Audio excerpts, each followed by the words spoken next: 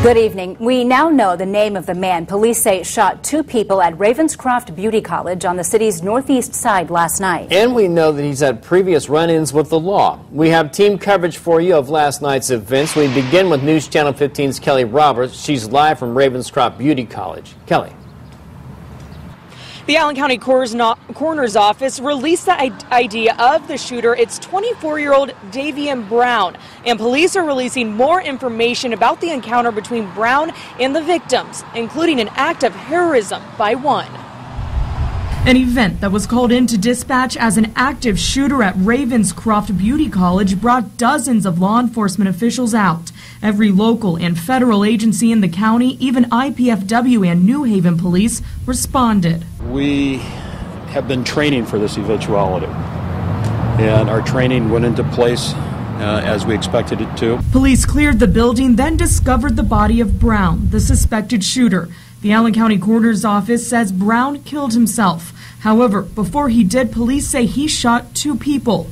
29-year-old Patricia Hahn was shot up to 9 times, and 20-year-old Alyssa Spade was shot at least once.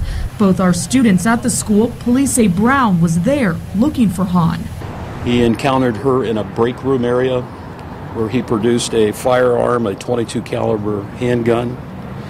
Began shooting. Police say at one point Brown ran out of ammunition and told Hahn to run. He reloaded, then turned and chased her, shooting more. Spade was in the break room at the time, and police say Hahn tried to protect her. When Brown began to fire at Miss Hahn, or produce the weapon, she actually shielded Miss Spade. Police say Hahn did file a police report on Brown after some advances, but Brown was no stranger to police. Allen County court filings show he had 2 prior convictions of robbery and was sentenced to 4 years in the Department of Corrections. He was released in 2014. A backpack of Brown's was found at the scene with extra ammunition, a BB gun, and a knife inside. Spade has been released from the hospital. Hans is improving, but she has still been hospitalized tonight, and we called the school looking for an interview from officials. However, that request was never returned, and it seems like the shooting is domestic in nature. News Channel 15's Sarah Schaefer spoke to one of the family members of one of the victims, and they explained what this relationship really was. Yeah, Kelly, I talked to the mother of Patricia, and Patricia was also there. It was on the phone. They didn't want to meet or speak in public, but they just wanted to say, according to them, Davian and Patricia never dated. And according to their friends and their co-workers, the two were just friends. And Brown apparently wanted to be more than that, and Patricia didn't. And then he just wouldn't let it be. And they showed me what they say is an example of that. It was a message between the two where Brown was saying he would never hurt her and asked her to listen to him. Patricia went on to say, "We are friends and you act like we are dating." According to her mom and friends, this wasn't the first time something like this had happened. They say Brown repeatedly tried to have more than a friendship with her, and when she wasn't interested, they say he began threatening her.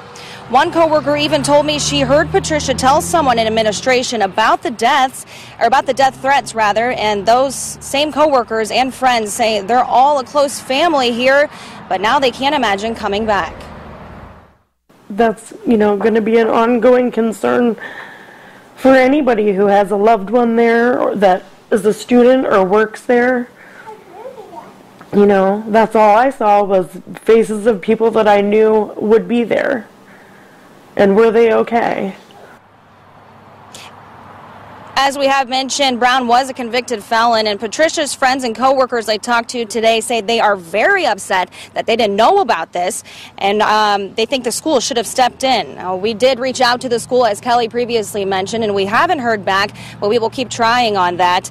And I'll have more on those concerns about his fact that he was a felon and they didn't know coming up at 6. Reporting from near Ravenscroft, Sarah Schaefer, News Channel 15.